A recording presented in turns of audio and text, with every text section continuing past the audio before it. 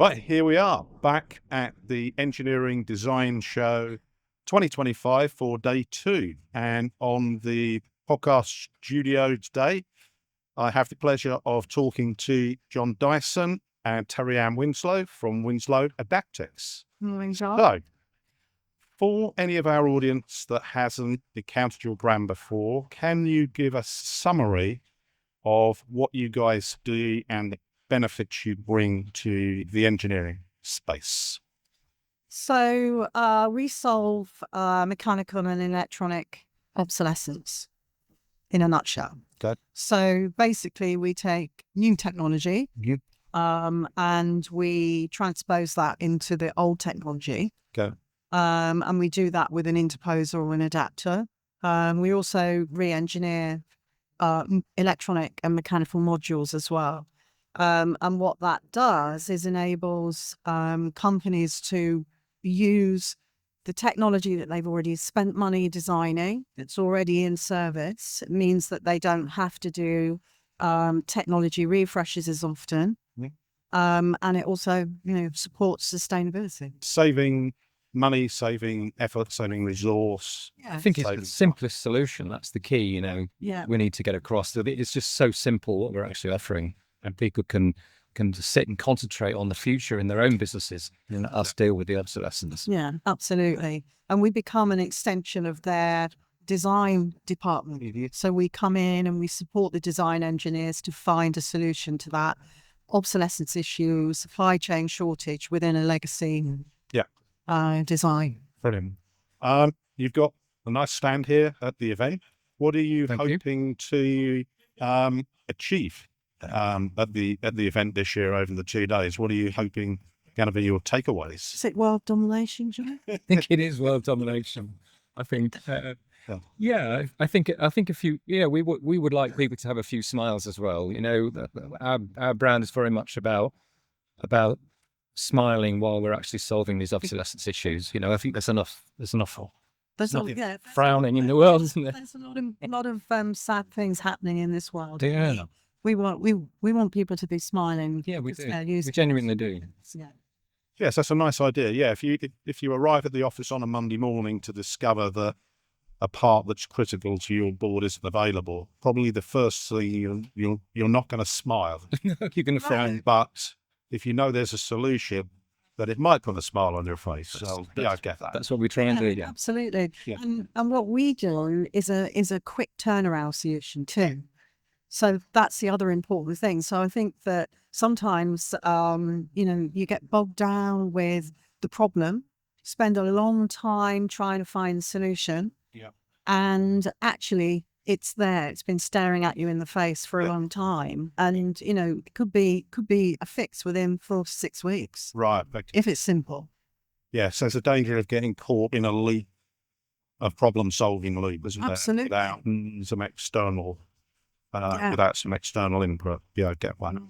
Now on the table, brought some stuff. So what would you like to highlight in terms of products and things that you've brought along? Okay, well, there's a couple of things we can highlight. First of all, I'll take this one. So this is actually the fuel gauge for a Boeing 777. Oh, okay. Okay, so it's quite important, because Winslow are AS 9100D approved. And this was a design project, was a reverse engineering project where the original alphanumeric displays went completely obsolete. And there was a little design loop going on while they argued over sort of who was paying, who was, were we buying a last time buy or a life of need buy? And by then there were none left. Right. So we stepped in with this reverse engineering project, which we've done for some time. This is a very successful product for us. Look at that. So this is years. an LED display that would be mounted in the cockpit. Is that In the wing. Oh, it's in the wing. Right. Okay. So, once designed, always designed. It's, it has longevity, and the Boeing 777 was going to be superseded by the 777X. Yeah. that's been, for all sorts of reasons, that's delayed. And I think now they're talking about 2027. Okay. So, solving obsolescence isn't just about doing it right for now. It's once that problem's solved, it's there forever. You can just get on with something else. It's the key, isn't it? Because if they'd have done a lifetime buy, they would have got it wrong. Yes. And they would have still had to have solved it. Yes. So you just pushed it out a bit and then still have to face it. But we can carry on manufacturing that. We'll never make FFCE. So as long as they want them. What's the duration of this project? How long ago did you do this work in? 12 years so far. And there's still time to come. Yep. Okay, interesting. Yeah. Way beyond the normal semiconductors. Absolutely. Projected lifetime. Absolutely. Okay. Yeah. What else have we got here? I can see some other bits. So we also manufacture custom test sockets, test modules. So this actually is for testing BGA. Okay. So BGA we know tends to be highly populated. Mm-hmm. So making a test piece can be quite expensive. Yeah. So if you're not doing very many, what we've done here is we've only populated the pogo pins into a quarter, 25% of the socket. Yep. So put it in, test it, turn it round, turn it round, turn it round. Right. So what we try to do is create solutions that are fit for purpose, rather than just having something that's just off the shelf or an expensive item just because we can. It's about trying to find something that suits what the customer truly needs. And this is when off the shelf isn't going to work, So there are plenty of test socket houses out there. But what we're doing here is solving that problem that they have right now. Right. And often if you've got legacy designs, you're having to test something. Perhaps you've got a fault that you can't locate, so you might need a test socket to do that. We get involved in that kind of thing. Yes. 1, 2, 10, whatever. Yeah. It's interesting. It's interesting with tests because the more interviews like this we do, the more we're starting to realize that increasing the durability of semiconductor-based products, at some point in that process, you're always going to need some tests somewhere, whether it's manufacturing the device or testing the subsystem or testing the module. And one of the biggest problems that we're seeing at the moment is the actual test hardware going legacy and then becoming unavailable. And at software level as well. Yeah. So the whole test arena is an interesting one because you can't which that semiconductor life cycle out without the test equipment that goes with it, which itself is subject to its own obsolescence challenges. So yeah, I get that. Yeah, fascinating. Yeah. And one last part there. So this is an example of an FPGA replacement. So it relies on one of the principles of electronics, that the new electronics are smaller, very often faster, and very often on a more efficient sort of platform. Yep. Now, the original FPGA was on this kind of footprint, that sort of size. So we use the slightly smaller size of the new replacement for this adapter to give us the extra real estate around the outside of the device to actually then convert the new chip into the old signals. So what we have here actually is a little voltage regulator, which steps it down to 3.5 volts. Yep. And there's some extra memory and some sort of signal conditioning going on around there, various things, so that actually on a board level, it's actually fit for function replacement for the original device. So that would have been originally maybe a 5-volt device. So you've got power management built into that footprint, and maybe some filters or speed control or capacitance or something built in. Okay. Now that's, I have to admit, that's not trivial from a design perspective. No. So I'm assuming that you are your team involves some quite high level of design. Capacity. We have people in darkened rooms. Yes. doing this stuff. Yeah. So software, migrating the software from the original device. and the design can be very complex. Yeah. And often we're working with the design engineers at the customer. Yeah. So that's where we're fully integrated with Yes. them. And I'm assuming these parts here, well, certainly that part there, and maybe this one too, is going to be going into a regulated environment, effectively, with certification processes. Yes. So you can help with all of that process as well, I guess. Absolutely. Yeah. Absolutely. We work hand in hand with the customer on this, because some of the projects we actually get involved in, we don't always actually know what the complete product actually is, because we're not allowed to know. So sometimes we just deal with it on a pin-to-pin basis and work directly with the customer on environmental situations and so on and so forth. Very good. Right. My next question, we've kind of covered the one of the key sustainability areas in terms of durability and longevity. We can just expand on that slightly in terms of judging what to do in a project regarding performance, cost, and sustainability, because they're three variables that are often a little conflicting.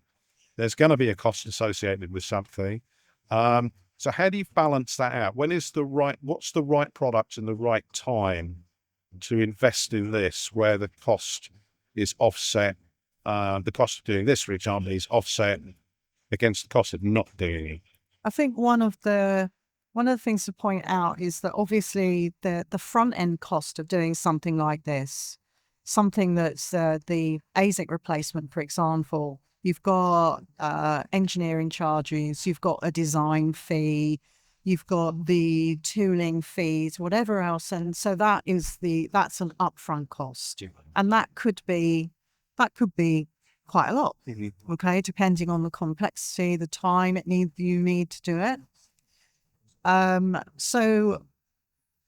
But if you think about it from a longevity perspective, if you're going to have something in place for 10 years, or even further, because obviously we have to manage the obsolescence within the adapter. Yes. So we're managing that as well. We're looking at making sure that when we design it, we're designing something that has products on it. Yeah. So we might not go for the absolute newest technology. Yeah. We might go for something that we feel has a longer life. And then you need to balance it out. So a lifetime buy might actually be a good thing to do. But how do you work out how many you need? Yeah. You know, the XXX is, the 777X is a fine example of that. So the balance is, if we all had crystal balls, wouldn't that be wonderful? No. Yeah.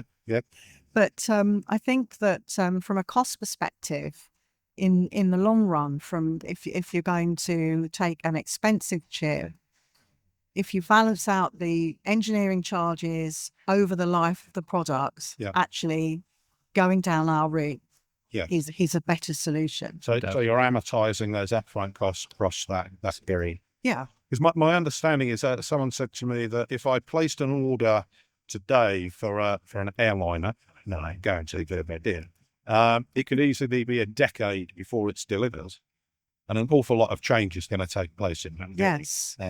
So I can imagine that's the sort of time scale you guys are working. Yeah. Absolutely. Absolutely. Let me jump to the next question. Just a general question, really. You're kind of boots on the ground. You're talking to people. You're visiting people. You're deep into these industries. What are your sort of predictions for the next 12 or 24 months in terms of the industries that are going to show growth and innovation? Does anything jump out? I think, for us, it's anything that's a long life cycle. So we're only really interested in people that have long life cycle products. So maybe things like, obviously, the rail industry is, it needs to be a growth industry. Then there's work to be done, and we're starting to feel that from manufacturers of both rolling stock and indeed trackside. Obviously, the defense industry is there are things happening there, and it's sad to say, but that is a growth area at the moment. Well, and potentially AI is it's in a huge growth stage, Yeah. and that potentially has a knock-on effect Yes. on obsolescence. So, if companies are going to get more involved in creating AI chips, then something's got to give. You can't just keep building fabs, and factories to make semiconductors. So I think that where we see growth, where we see exponential growth, that will affect the supply chain. Yeah. So the talking to the semiconductor manufacturers, obviously it's the GPU type stuff, but also the memory products for the AI platforms that are draining capacities in those fabs. Now we're talking here about sort of microprocessors, that sort of thing. What about memory? Yeah. So let's get I think worries and memory as well. Yeah.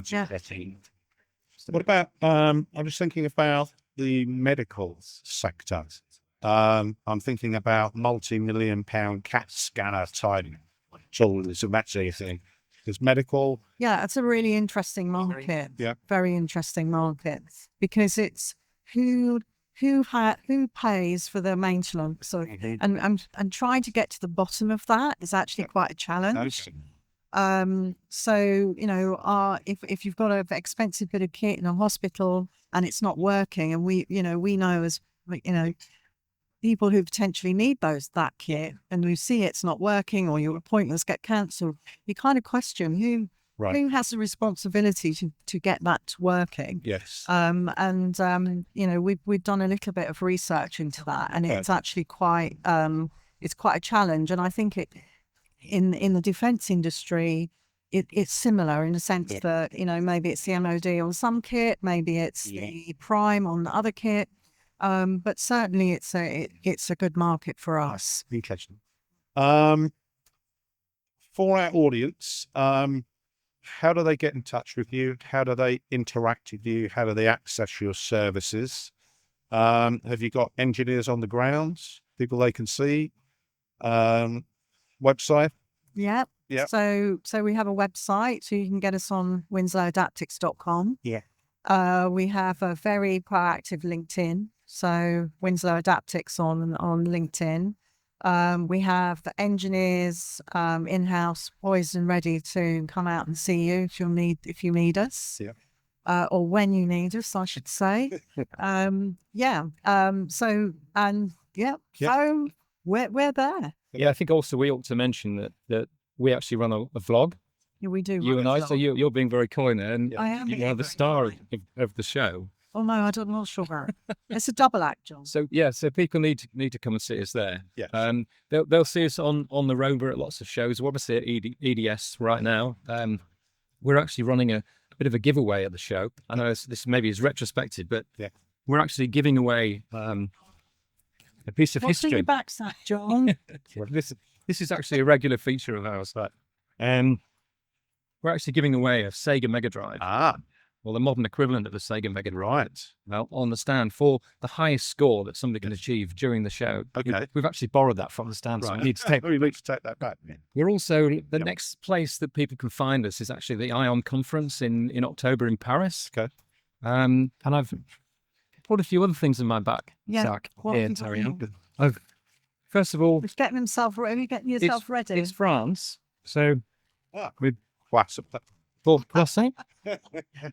and That's what you really had for breakfast. it would be wrong of me. It would be wrong of me Cheese. not to bring some cheese. Fantastic. So croissant and cheese, anyone? Well, we're not going to go hungry.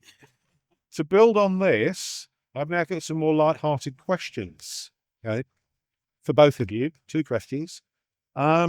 Your biggest engineering hero from history, anytime. Who would you class as your hero? So I have to sort of jump in on that one and say that there's a story from one of our vlogs that we put together, vlog number 2. We met a great guy from Thales, Dean, and he'd actually done some work for Winslow. His mother-in-law had worked for Winslow and various things in Wales, and his engineering superhero was actually James Dyson. And obviously, I'm John Dyson. Yeah. So one of the questions he was asking me was, is there any connection? Is there any biological connection? Well, I've got to say, I can break the silence on this one. That, to my knowledge, there is no biological connection whatsoever.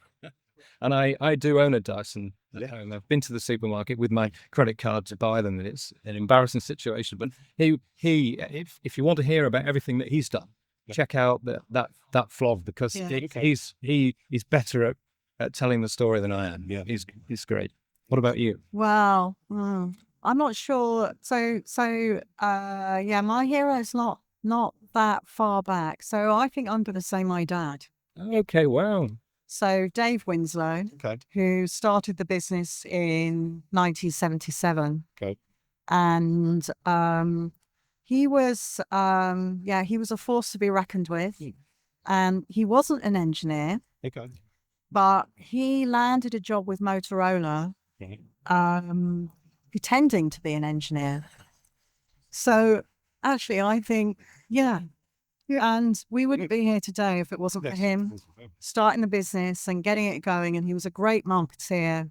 And yeah, if we always ask that question, don't we? What would Dave do? And this is part of our vlog as well. What would Dave do? What would Dave do? Yeah. Well, many people argue that I'm pretending to be an engineer and have done my whole life. There may be some truth to that. But interestingly, with James Dyson, is when I was studying product design back in the sort of mid-80s, James Dyson was developing the first incarnation of the fagless vacuum cleaner, because it was one of the projects that we were mapping through our course to see how it was developing. And I think, if my memory serves me right, it was designed specifically for the Japanese market. When the first prototype of that product came out, I can remember it. It was white, and it was a very radical design for the day.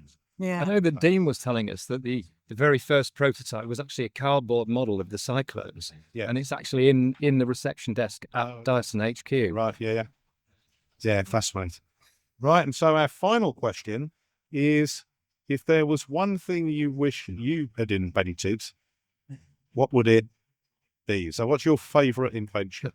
Something useful or inspiring? What might I think for me, it would have to be Sustainable Engineering magazine. That's the right answer. Have you not had that answer yet? Sustainable Engineering magazine, the best invention. Thank you. Yes. Well, thank you. Genuinely. Yes. You're blushing. Yeah, I am blushing, yes. So, sorry, your favourite? Well, I think it's really difficult to find a favourite. But I think from a financial perspective, I think it has to be Cat's Eyes. Cat's Eyes. Cat's Eye. That was it was a guy in Bradford, wasn't it? Yeah. Cat's Eyes. What an amazing, absolutely amazing invention that is. And we all know what it's like when there's some missing on the road. Yes. You know? Do they call them road studs now? They say They the road probably studs are do, missing, yes, and they're not something Cat's like Eyes that. anymore. Something like that. But I just know that there was a lot of money involved in that invention. Yeah. Well, I'm gonna add an extra level of detail to your answer, John, because I'm gonna now promo Sustainable Engineering magazine slightly. Yeah. Because is a digital publishing platform an invention? They already exist. But there's one aspect to what we do which actually is an invention, and that's the carbon footprint of our magazine. Right. Because when we began this process, we thought we really need to put our own money where our mouth is and do something to demonstrate from an engineering perspective where it can be done. And so I gave the development team the task of making this platform the lowest carbon footprint digital publishing platform in the world, which is, I think, what we achieved. And that required a process of green coding, which is a new technique. It's a technique amongst the developer community, which is gaining pace, because not all software is created equally. Every time that microprocessor has to leap through a script and put something into memory, there's an energy overhead with that. And the more efficient that process, the lower the energy, the lower the carbon footprint. So we monitor the carbon footprint of the magazine in real time, and we present that back to the reader so they know what the carbon footprint is per page, which the last time I looked up your story, which you see right here, it was, I think, 0.04 grams of carbon per read. Fantastic. Brilliant. And so thank you, John, because there is a bit of innovation in there. Yes. And we're trying to use this as an example of the software development that's going to need to go with the future sort of AI platforms, because they're really energy hungry. Yes. And anything you can do to bring down that energy demand on a data center, I guess, is to be welcomed. So yeah, green coding is a thing. And certainly in the media, as you are, you're well positioned to actually sort of champion that cause, ain't you? Sure. And I stand by what I said. Yeah. So thank you very much. I'll go with cat's eyes. One of our other guests also said road cones. Yes. So Okay. cat's eyes and cones. Well, apparently you rent road cones, I think. You Yeah. rented them. Yeah. So Yeah. so when you see them all going, Somebody hasn't paid. So when you see them on the motorway and they're there for like 20 years and there's nobody Yeah. working, Yeah. somebody's Someone's paying for paying it. to rent those. Fantastic. That's what I I've love been it. told. Yeah. Don't quote me on that, guys. Well, we'll draw our interview to a conclusion there. So thank you very much for your time. Thank you. Thank you, John. And we hope your sand and your time here garners you all the inquiries you could ever wish. Brilliant. Well, I'll take the same Yeah. Mega Drive. You better take Back the to same stand. note, right? And we're going to have classical cheese. Thank you for inviting us. Thank you. Yes.